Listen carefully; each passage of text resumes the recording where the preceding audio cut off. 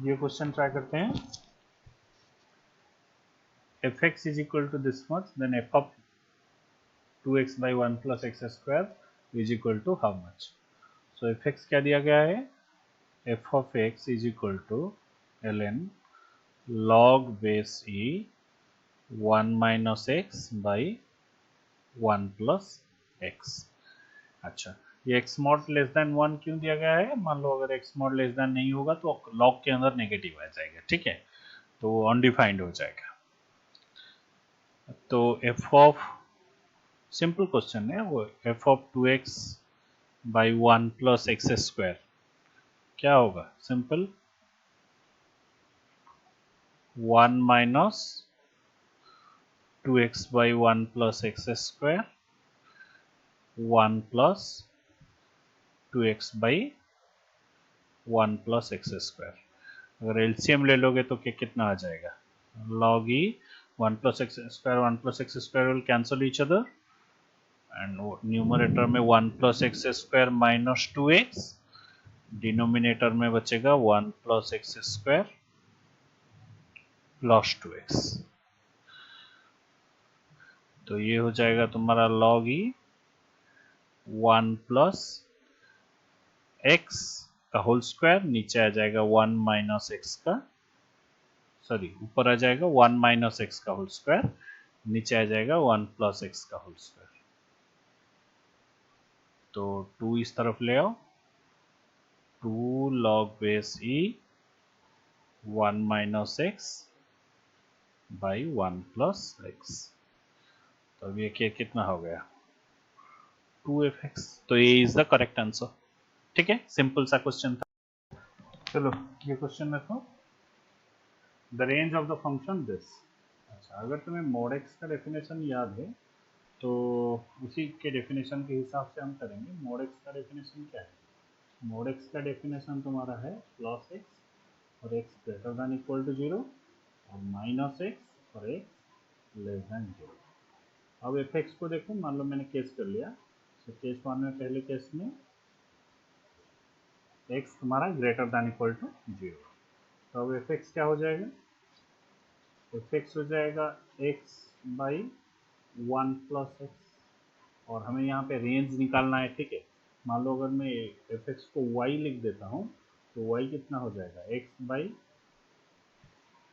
1 plus x. Domain तो पहले ऐसे पूछा नहीं गया है, लेकिन डोमेन क्या होगा तुम्हारा? डोमेन होगा x ग्रेटर देन 0 केस के लिए ये लिया गया है, और x cannot be equal to क्या है? -1। x -1 नहीं हो सकता, ठीक है, हमें इसका कोई काम नहीं। पहले अब देखो, इसको क्रॉस मल्टीप्लाई कर लो, तो सॉरी, इसको अगर क्रॉस मल्टीप्लाई करोगे तो y plus x y is equal to x. तो यहाँ से हमें x कितना मिलेगा? x हमें यहाँ से कितना मिलेगा? y upon 1 minus y. अब तुम देखो, x को मुझे पॉजिटिव होना चाहिए। अब y क्या होगा? पहले तो y cannot be equal to 1, y एक नहीं हो सकता। मान लो एक से छोटा होगा या फिर एक से बड़ा होगा। मान लो अगर मैंने एक से बड़ा ले लिया कोई भी एक, तो क्या होगा? y एक बड़ा नंबर है और 1 माइनस वाई नेगेटिव हो जाएगा। अब तो ये टोटल नंबर नेगेटिव हो जाएगा, लेकिन हमें x पॉजिटिव निकालना है। तो x पॉजिटिव होने के लिए ये y को क्या होना चाहिए? ये जो y है वो 0 और 1 के बीच अगर रखता है तो ये डिनोमिनेटर वाला टर्म तुम्हारा नेगेटिव, सॉरी पॉजिटिव आएगा। अगर डिनोमिनेटर वाला टर्म पॉजिटिव आएगा और y 0 के 1 के बीच से तो पॉजिटिव है ही है, तो इसका मतलब है कि x पॉजिटिव आएगा। और केस हमने लिया है कि x greater than equal to 0 के लिए हम एनालिसिस कर रहे हैं। सो यहीं पे हम लिख सकते हैं और x greater than equal to 0, y belongs to कहाँ से कहाँ तक होगा? या तो फिर 0 हो सकता है या फिर 1 ओपन हो सकता है, क्योंकि 1 क्लोज तो नहीं होगा, ठीक है। अच्छा, उसी हिसाब से हम केस 2 करके यहाँ देखते हैं। x मान लो लेस देन 0, तो y क्या हो जाएगा? x upon 1 minus x. तो यहीं से x तो 1 नहीं होगा, ठीक है, फिर भी एक बार लिख लेता हूँ, x तुम्हारा 1 नहीं होगा, y minus x y is equal to x. तो यहीं से हमें क्या मिलेगा, एक्स इज इक्वल टू कितना मिलेगा, वाई अपन 1 प्लस वाई। अब ये देखो for x to be negative, ये नेगेटिव होने के लिए हमें क्या चाहिए, क्या करना होगा, ये नेगेटिव करने के लिए या तो न्यूमरेटर नेगेटिव होगा या तो डिनोमिनेटर नेगेटिव होगा, दोनों नेगेटिव नहीं हो सकते। अच्छा एक्स अगर मान लो न्यूमरेटर और डिनोमिनेटर की बात करते हैं, ठीक है, तो 1 प्लस वाई, ये तो पहला कंडीशन क्या होगा ना, वाई तुम्हारा -1 नहीं हो सकता। तो मान लो y कोई भी एक पॉजिटिव टर्म हो जाएगा, मान लो y कोई भी एक पॉजिटिव टर्म हो जाएगा, तो numerator positive denominator positive x negative, तो इसका मतलब ये जो कंडीशन में y पॉजिटिव टर्म नहीं हो सकता। तो नेगेटिव में देखते हैं, मान लो y अगर मान लो कि 0 और 1 के बीच में रुकेगा, जैसे 0 और 1 के बीच में अगर रुकता है तो 1 माइनस 0.1/2 या समथिंग, तो डिनोमिनेटर वाला टर्म पॉजिटिव आएगा, न्यूमरेटर वाला टर्म नेगेटिव, सो एक्स नेगेटिव सेटिस्फाई करेगा। मान लो y अगर -1 से थोड़ा छोटा है, लेट से -2 है, y की जगह पे हम अगर -2 डालेंगे तो डिनोमिनेटर क्या होगा, 1 -2, तो मतलब नेगेटिव और नेगेटिव पॉजिटिव हो जाएगा, तो x तो नेगेटिव होना चाहिए। इसका मतलब क्या है कि इस कंडीशन के लिए y तुम्हारा -1 और 0 के बीच में रुकेगा। तो फाइनल सॉल्यूशन क्या होगा, फाइनल सॉल्यूशन होगा तुम्हारा जो रेंज है y वो -1 और 1 के बीच में रुकेगा, ठीक है। चलो ये क्वेश्चन देखो, तो तुम्हारा क्या होगा, अंडर रूट के अंदर कुछ है, तो इसका मतलब x मॉड -x तुम्हारा ग्रेटर देन 0 होगा, तो mod x greater then x होगा। मॉड x से कब ग्रेटर होगा, तो इसका मतलब x तुम्हारा कोई भी एक नेगेटिव क्वांटिटी होगा, तो x बिलोंग्स टू कोई भी एक नेगेटिव माइनस इंफिनिटी से 0। ये तो हम डायरेक्टली लिख सकते हैं, मान लो अगर तुम्हें स्टिल भी आर्गूमेंट है कि साहब इसको थोड़ा डेफिनेशन से प्रूव कीजिए, ठीक है। सो डेफिनेशन से अगर हम प्रूव करना चाहें तो कैसे प्रूव करें, तो केस 1 कर लो, केस 1 में x जो है वो ग्रेटर देन इक्वल टू 0 है, तो मॉड x क्या हो जाएगा, plus x greater than x।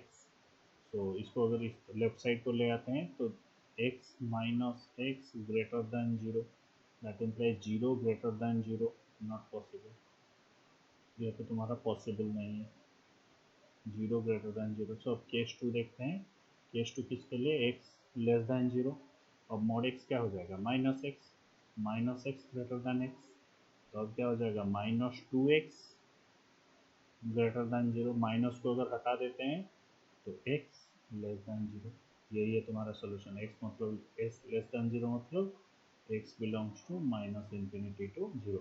ऐसे इसकी कोई ज़रूरत नहीं, तो डायरेक्ट मॉड x कब x से ग्रेटर होगा, मॉड x तो x के बराबर होगा अगर x पॉजिटिव होगा तो mod x greater then x होगा, ऑब्वियसली x अगर नेगेटिव होगा तो mod x greater then x होगा, इसको तुम डायरेक्टली ऐसे भी लिख सकते हो। चलो ये क्वेश्चन का डोमेन देखो, डोमेन पूछा गया है, तो दो फंक्शन ऐड होके हुए है, तो डोमेन क्या होगा, पहले बार तो पहला फंक्शन की वजह से 4 minus x square can not be equal to 0, and दूसरी फंक्शन की वजह से एक्स क्यू माइनस एक्स जो है ये तुम्हारा ग्रेटर देन 0 होगा, तो ये दोनों कंडीशन एक्स के लिए सेटिस्फाई करेगा मस्ट।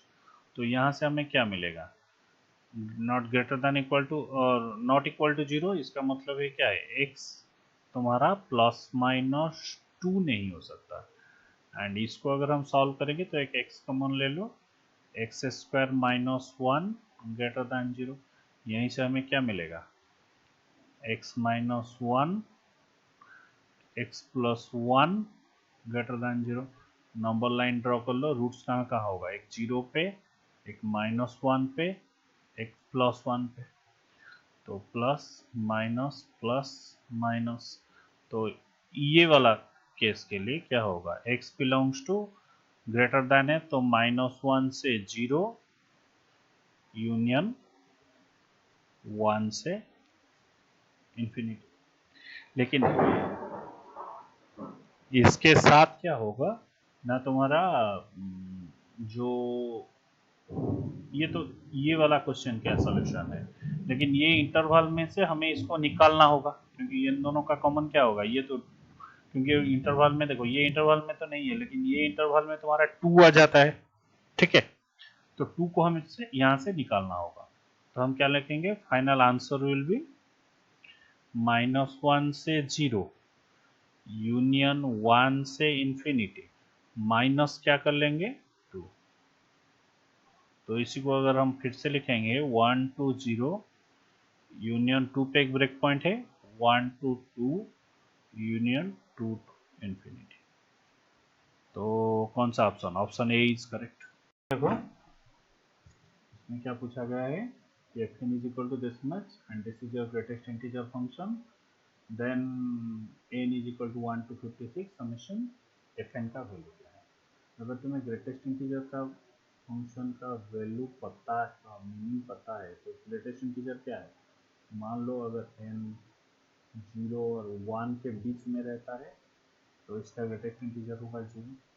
मान लो अगर एन 1 और 2 के बीच में रहता है, ठीक है, 2 के बीच में रहता है, तो इसका ग्रेटेस्ट इंटीजर कितना होगा, 1 ही होगा। अच्छा, मान लो अगर 2 और 3 के बीच में रहता है तो इसका ग्रेटेस्ट इंटीजर 2 होगा, एंड ऐसे ही।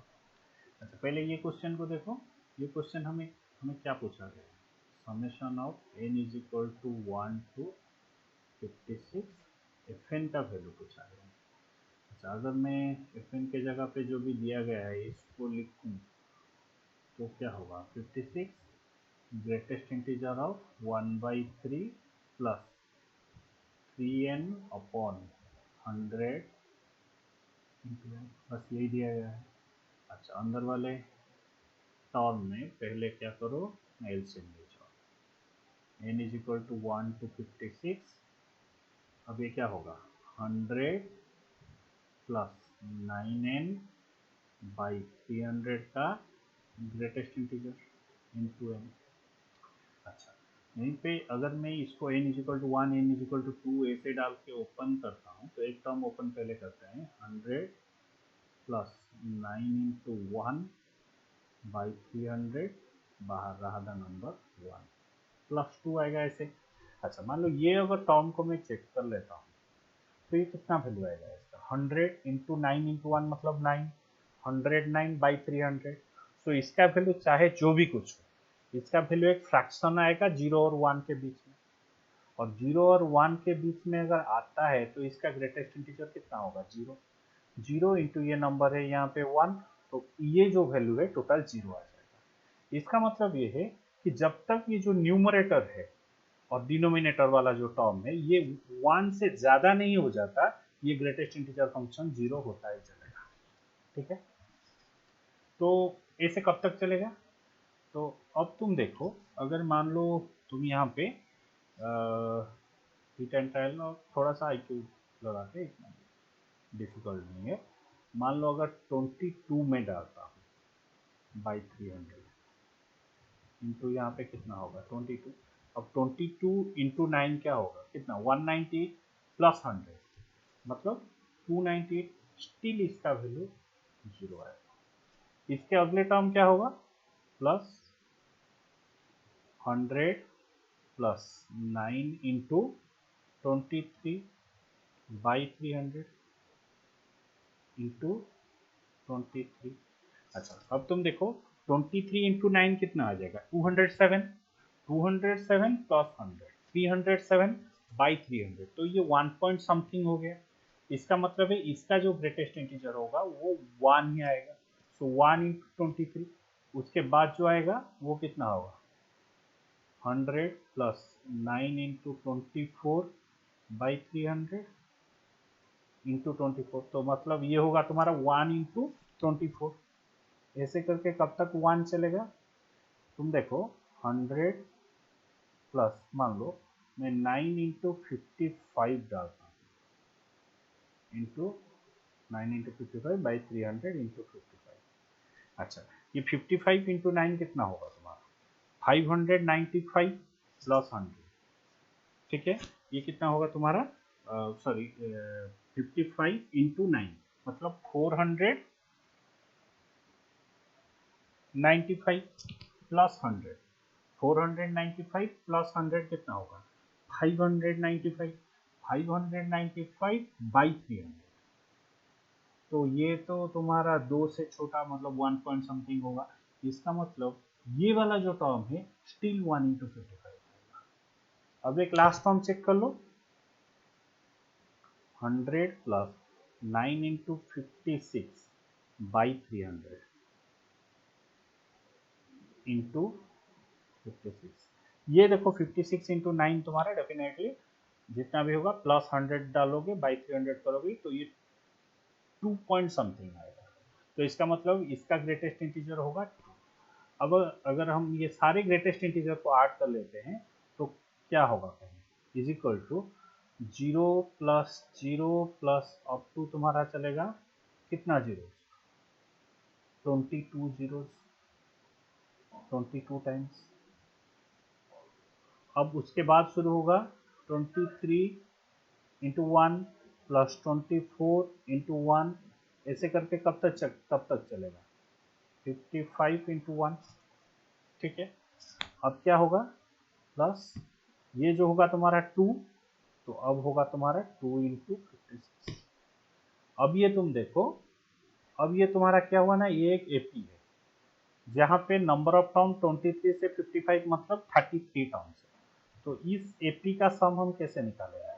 अगर तुम्हें पता है तो number of terms by 2 whole into, square bracket नहीं डालेंगे क्योंकि कंफ्यूजन फिर क्रिएट करेगा। तो अब ये क्या होगा? First term plus last term plus ये 2 इंटू 56 कितना हो गया? 112। तो इसको थोड़ा चेक कर लो, ये कितना हो जाएगा? 32/2, 33/2 इंटू ये तुम्हारा हो जाएगा 78 प्लस 112, ठीक है। तो ये फाइनल आंसर आएगा 1399, यही है तुम्हारा आंसर, ठीक है। चलो अब ये क्वेश्चन देखो, जो तुम्हारा एफ एक्स है वो एक ऑड फंक्शन है, ठीक है। ऑड फंक्शन का मतलब क्या है? इसका मतलब एफ ऑफ माइनस एक्स जो होगा तो वो माइनस ऑफ एफ एक्स होगा। अब क्या पूछा गया है कि एफ ऑफ -11 पाई/6 कितना है, ठीक है। तो एफ ऑफ -11 पाई/6 कितना होगा? तो माइनस एफ ऑफ 11 पाई/6 के बराबर होगा। तो पहले हम एफ ऑफ 11 पाई/6 निकाल लेंगे, उसके बाद एक नेगेटिव साइन लगा देंगे, ठीक है। एफ ऑफ 11 पाई/6 कितना होगा? 3 sine 11 pi plus 4 cos 11 pi. अब इसको मैं क्या लिख सकता हूँ? Is equal to 3 sine 11 pi का मतलब क्या है तुम्हारा? 2 pi minus pi plus 4 cos 2 pi minus pi. अब ये कितना आएगा? Sine 2 pi minus pi fourth quadrant, so sine negative -3 sine pi और फोर्थ क्वाड्रेंट में कॉस पॉजिटिव, तो कॉस पाई/6। सो इसका मतलब क्या हुआ? -3 साइन पाई/6 कितना? 1/2 प्लस 4, ये कितना हुआ? √3/2। तो ये हुआ -3/2 प्लस 2√3, ठीक है। अब हमें चाहिए क्या? रिक्वायर्ड आंसर क्या है? रिक्वायर्ड ये तो तुम्हारा निकला F of 11 pi minus F of 11 pi, minus F of 11 pi which is your 3/2 minus 2√3। कौन सा वाला? सी वाला आंसर करेक्ट। तो ये क्वेश्चन देखो, real valued function F x satisfies this equation. F of x, पहले इसको एक बार लिख लेते हैं, क्या दिया है? F of x minus y is equal to पहले क्या होगा f of x into f of y minus F of A minus x into f of a plus y. ठीक है।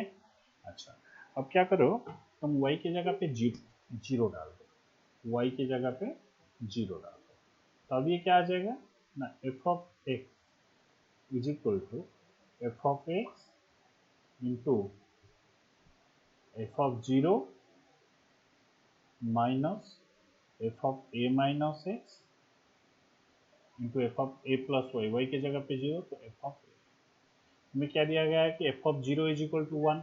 मान लो अगर f of zero is equal to one होगा तब ये वाला एक्सप्रेशन कैंसिल कर देगा, तो अब क्या आ जाएगा f of A minus x into f of A is equal to zero. तो यहाँ से क्या मिलेगा हमें, f of A minus x तो कभी जीरो नहीं हो सकता क्योंकि फंक्शन में दिया गया है, अगर ये जीरो हो गया तो गड़बड़ हो जाएगा, फंक्शन जीरो हो जाएगा एक्स टर्म में। तो यहाँ से क्या मिलेगा हमें ना, F of A is equal to zero. ठीक है। अब देखो क्या पूछा गया है, F of two A minus x. अच्छा, F of two A minus X को मैं क्या लिख सकता हूँ, F of A minus X minus,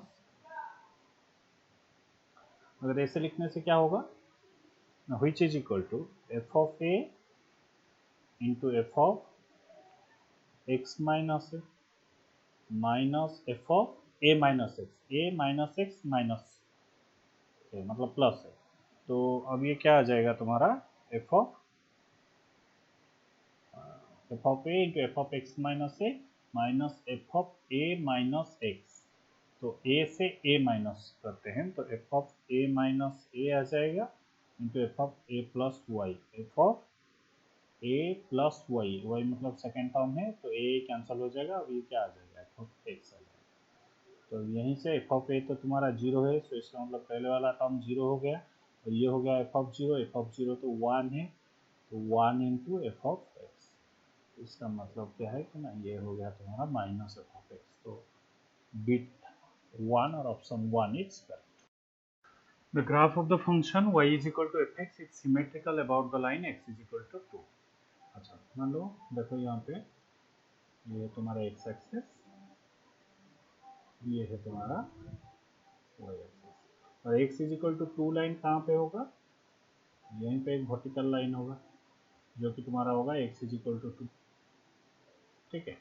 it's symmetrical about x the line x is equal to 2। इसका मतलब क्या है कि मान लो मैं यहाँ से कुछ भी distance let's say x1 distance move करता हूँ और यहाँ से x1 डिस्टेंस मूव करता हूँ, तो इन दोनों का वैल्यू क्या होगा, ये फंक्शन अगर सिमेट्रिकल है तो एफ ऑफ x1 में मेरा क्या होगा, एफ ऑफ x1 होगा कितना ना, एफ ऑफ x2 के बराबर ही होगा। ठीक है। अच्छा, तो f of x1 is equal to f of x2। तो इसी को हम लिख सकते हैं क्या कि 2 से, मान लो ये पॉइंट है क्या मेरा 2 से मैं x डिस्टेंस लेफ्ट की तरफ गया, 2 से मैं x डिस्टेंस राइट की तरफ गया। अगर मैं ऐसा जाता हूँ तो इसका मतलब क्या है कि एफ ऑफ 2 माइनस एक्स बराबर एफ ऑफ 2 प्लस एक्स। ठीक है। तो एफ ऑफ 2 माइनस, तो ये है मेरा राइट आंसर बी। और इसका जनरल रिप्रेजेंटेशन क्या है, सिमेट्रिक अबाउट वाई एक्सिस, तो f of a plus x is equal to f of A minus x. Suppose a is equal to मैं जीरो लेता हूँ तो क्या होगा ना, F of x is equal to f of minus x, जो कि तुम्हारा है क्या है, इवन फंक्शन है। तो even function is symmetrical about y axis, ऐसे भी तुम बोल सकते हो, आसान सा क्वेश्चन था। तो इसका answer f of 2 plus x is equal to f of 2 minus x. अच्छा, अब ये क्वेश्चन देखते हैं। तो क्या दिया गया है, F of x plus y, इसे लिख लेते हैं, f of x plus y is equal to क्या है, F of x plus f of y. अच्छा, अब और क्या दिया गया है कि f of 1 is equal to 7। अच्छा, थोड़ा अच्छे से लिख लेते हैं। ठीक है। अब हमें निकालना क्या है ना, summation of r is equal to 1 to n f of r। तो इसका मतलब क्या है कि f of 1 plus f of 2 plus f of 3 and so on up to f of n हमें निकालना है। तो मान लो f ऑफ 1 हमें पता है, f ऑफ 1 कितना है 7, प्लस f ऑफ 2 हमें पता नहीं। तो यहाँ पर मान लो x इज इक्वल टू 1 और y इज इक्वल टू 1 अगर हम डालेंगे, x is equal to 1, y is equal to 1, तो अब क्या ये हो जाएगा f of 1 plus 1, f of 2 is equal to f of 1 plus 1, so which is nothing but f of 1 plus f of 1। अब देखो f ऑफ 1 कितना है 7 plus 7, that is your we can say 2 into 7 और 24, sorry और 14। f of 2 हमें मिल गया, तो f of 2 क्या हुआ 2 इंटू 7, प्लस अब हमें f ऑफ 3 चाहिए। तो अब क्या हम करेंगे, x is equal to 2, y is equal to मान लो 1 डाल दिए। तो अब ये क्या हो जाएगा f of 2 plus 1 is equal to f of 2 plus f of 1। अच्छा f ऑफ 2 कितना है 2 इंटू 7 प्लस f ऑफ 1 कितना है 7, तो इसका मतलब ये 21 हो गया। तो अब हम इसे लिख सकते हैं कि 3 इंटू 7, तो f ऑफ 3 कितना आ गया 3 इंटू 7। इसी तरह से तुम f ऑफ 4 कितना देखोगे 4 इंटू 7, तो a से f ऑफ n कितना आ जाएगा n इंटू 7। तो ये समेशन से मान लो अगर हम 7 कॉमन ले लिए तो क्या हो जाएगा 1 plus 2 plus 3 up to n, which is nothing but 7 n into n plus 1 by 2, ये है तुम्हारा आंसर। ठीक है, तो इसका मतलब bit A is the right answer. Question देखो, let r is equal to this be a relation on the set A, ठीक है, then the relation is which of the following is true। अच्छा, मान लो पहले हम रिफ्लेक्सिव के लिए check करते हैं, तो 1 1 क्या इस रिलेशन में है, नो 1 1 इस रिलेशन में नहीं, does not belong to the relation, that implies not reflexive, that implies not reflexive, तो पहला वाला तो गलत हो गया। ठीक है, ट्रांजिटिव, ट्रांजिटिव के लिए क्या है A related to B, B related to C, तो ए रिलेटेड टू सी होना चाहिए। तो यहाँ पर देखो 1 3 है 3 1 है, 1 3 and 3 1 both belongs to R, but 1 1 does not belong to R। यहाँ पर हम implies राइट नहीं होगा तो एक्सप्लेनेशन के लिए, but 1 1, so that implies not transitive, not transitive। अच्छा, सिमेट्री के लिए चेक करो, सो सिमेट्री के लिए 2 3 बिलोंग्स टू आर, बट 3 2 क्या आर में है नहीं है, that implies not transitive, not symmetric.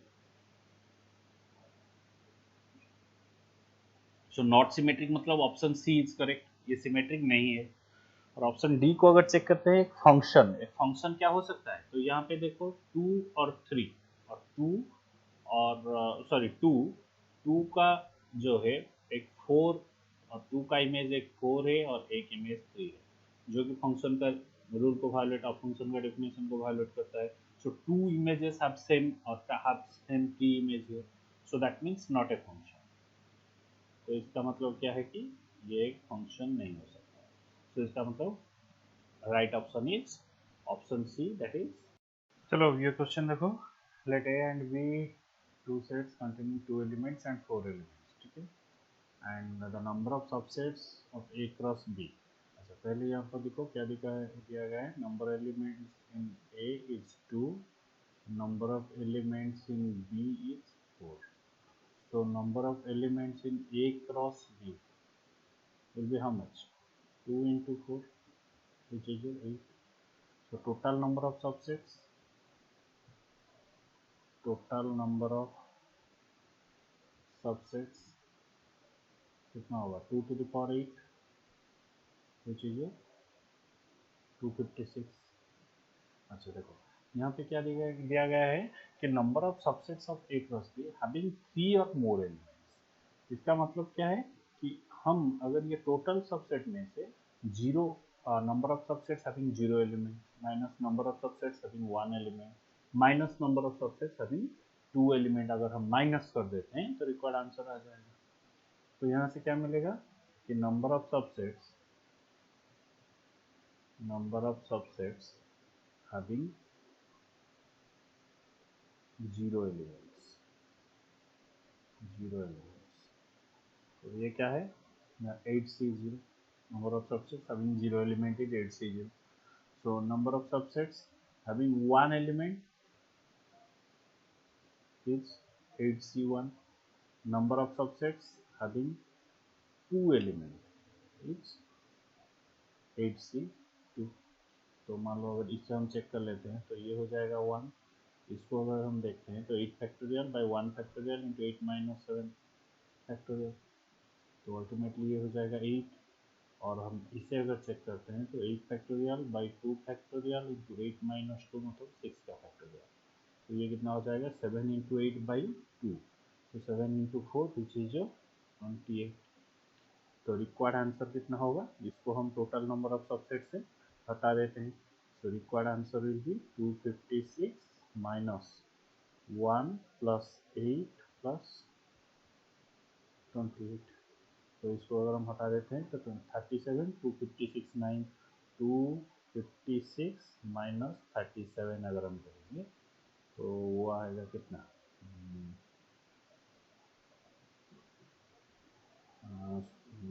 तो 256 में से 37 अगर हटा देते हैं तो 16 माइनस 7 इज 9 1 219। तो 219 इज द आंसर। कौन सा सी वाला ऑप्शन इज राइट।